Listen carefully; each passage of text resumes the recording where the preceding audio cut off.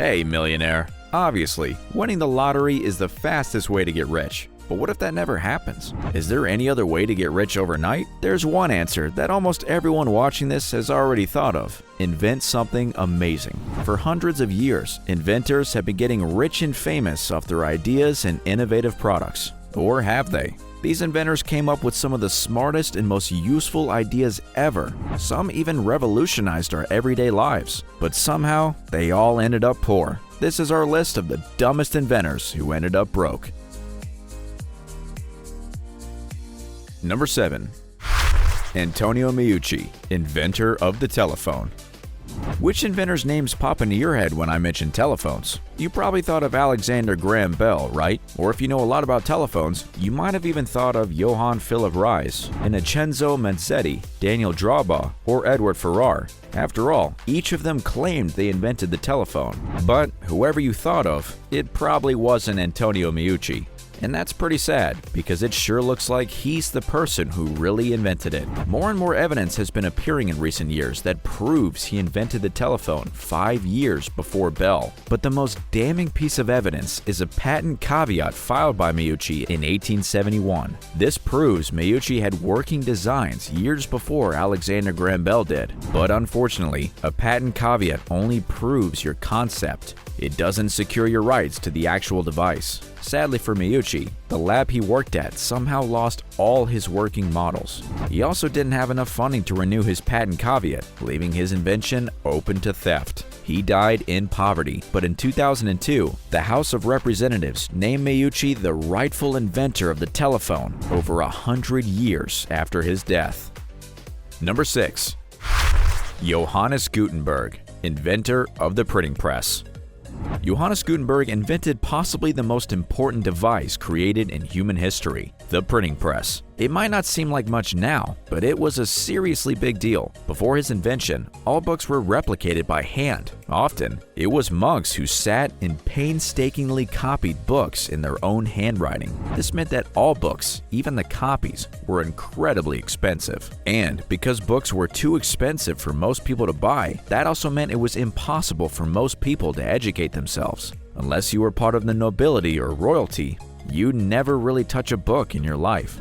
Gutenberg's press meant that books could be copied fast and cheap, allowing the distribution of millions of copies at a price most people can't afford. However, even though there was a breakthrough that allowed the evolution of modern society, nobody appreciated it at the time. He tried twice to set up a printing company that would allow him to copy books. But while he did manage to make copies of his famous Gutenberg Bible, his funding was removed both times. After the second time his financier reclaimed the printing business due to Gutenberg's debts, the great inventor died, poor and unknown, in 1468. Can you invent a way to click subscribe without moving your finger? You have to do it fast, because I'm only going to give you 5 seconds. 5, 4, 3, 2, 1. I hope you made loads of money off your new invention, but keep watching to make sure you don't make the same mistakes as these inventors. Number 5. Catherine Hettinger, inventor of the fidget spinner.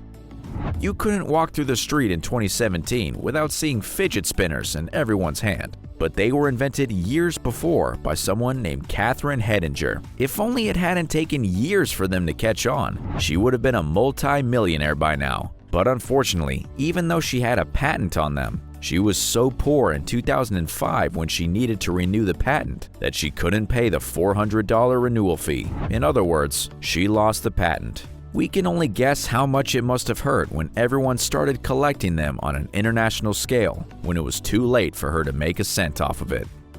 Number 4. John Walker, inventor of matches. Matches aren't only bought by everyone on Earth. They're almost an essential item, but that doesn't mean their creator got rich off of them. They were invented by a British chemist named John Walker in 1824. He often used to experiment with man-made substances and all kinds of chemicals. One day, he mixed sulfur into a paste and realized that when it dried, it would spark if brushed against a rough texture. And that's how matches were born. He started selling these friction matches himself. But if you're thinking he didn't make money off them because someone stole the idea or something like that, you're wrong. It was actually Walker himself who got in his own way. He was worried about the safety of his brilliant invention, so he decided he wouldn't patent his design at all. In the end, people all over the world made billions off the design, but Walker never really benefited from it. What's your favorite invention of all time? Tell us in the comments and keep watching. The story in our number 1 spot is guaranteed to blow your mind. Number 3. Ron Klein, inventor of the magnetic credit card swipe. Ron Klein totally revolutionized the way we spend money, but none of that cash went to him. He invented something incredible, but you probably never stopped to think about it. I'm talking about the black stripe on the back of your credit card. See, that little stripe allows your card to be scanned, so your money can be accessed by the store you're trying to pay. Sounds simple enough, but that's only thanks to Ron Klein. Before he invented that black stripe, if you wanted to pay with your bank card, the store would have to manually check your account numbers against a huge database. As you can imagine, that was both a huge pain and a seriously inefficient way of working. Klein's invention was actually adapted from reel-to-reel tape.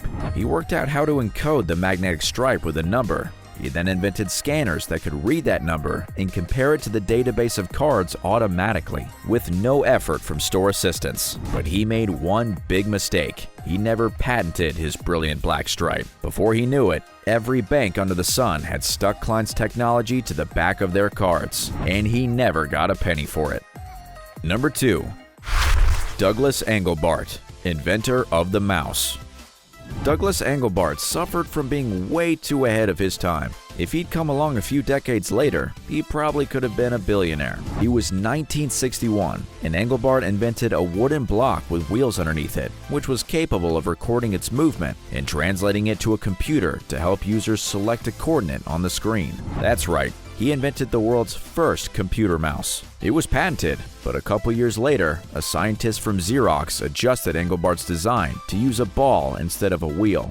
Unfairly, that meant he could file the design as a totally separate patent that didn't include Engelbart at all. He never made any money off his invention, even though it became essential. And finally, the poor inventor who took our number 1 spot.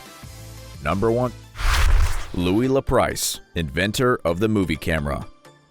Even people who went to film school will have been taught that Edison or the Lumiere brothers invented the first movie camera. But the real father of cinematography was actually the French inventor Louis Laprice. A couple people before him had created moving pictures, but they did this by taking a lot of still photos really quickly, often from multiple cameras, and then sticking them together again. Laprice was the first person to invent a camera that could record movement on a continuous reel of film. It was essentially the same design we use to make movies, right up until digital cameras took over recently. He did this over a decade before Edison and the Lumieres came up with their similar cameras. And you can still see the very first movie ever made with Laprice's first camera. It's called the Roundhay Garden Scene, but it was the beginning of cinema as we know it. The reason he never made money off inventing movies is much weirder than simply not patenting his invention. He actually did patent it, and soon after, he invented an improved version of his movie camera.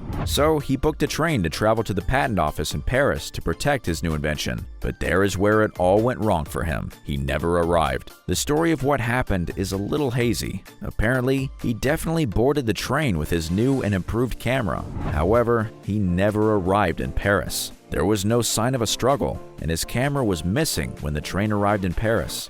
A search party was sent up and down the train track, but there was no sign of Laprice. His new camera was never found, and he was never seen again. Some speculate that Edison had orchestrated the kidnapping and murder of Laprice to steal his secret camera, but there's no proof of that. In fact, there's no proof of anything. But we do know Laprice never got to capitalize off his revolutionary invention.